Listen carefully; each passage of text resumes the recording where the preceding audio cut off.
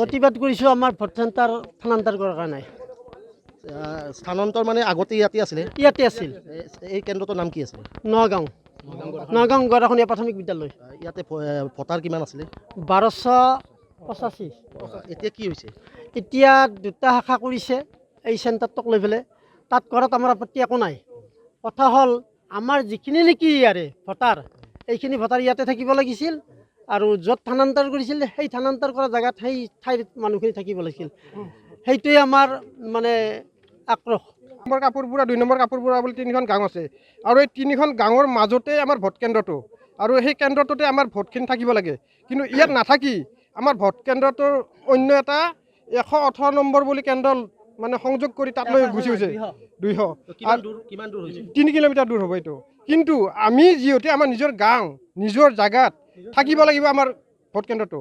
আমি অন্য জাগাত আমি যাব খোজা নাই, আমি নাযাওঁ।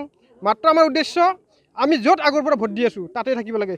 218 নম্বৰ কৰিছে, কোনো আমাৰ আপত্তি নাই, তেওঁলোকে বেলেগ লৈ যাওক। কিন্তু আমাৰ গাঁৱৰ নগাঁও 1 নম্বৰ 2 নম্বৰ কাপোৰপুৰাৰ মাজত যিহেতুকে আমাৰ কেন্দ্ৰ, আমাৰ গাঁৱতে থাকিব লাগিব এইখিনি। 472টা তাত তালৈ লৈ গৈছে।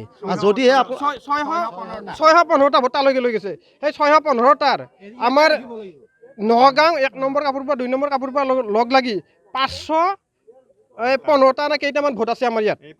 এই 500 ভোট আমি সম্পূৰ্ণ বৰ্জন কৰি দিম যদিহে আমাৰ আগৰ কেন্দ্ৰতে আমাক ভোটবিলাক নিদিয়ে।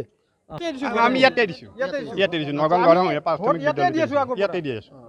এতিয়া শেহতীয়াভাৱে কি হ'ল, আপোনালোকে কি কৰিব এতিয়া? আমি ভোট স্থানান্তৰ কৰিছোঁ, তাত আমি ভোট দিব নাযাওঁ। আমি ইয়াতে 90 চনৰ পৰাই আমি আজিলৈ বয়সে হ'ল 90 চনৰ পৰা ইয়াতে ভোট দি আছিলোঁ। ইয়াৰ পৰা পিছত আমি দ্বিতীয়বাৰ বেলেগ অনুষ্ঠানত আমি ভোট দিব নাযাওঁ। আমাৰ নগাঁও চেণ্টাৰতে ভোট দিবই লাগিব, নহ'লে ভোট আমাৰ বৰ্জন হ'ব।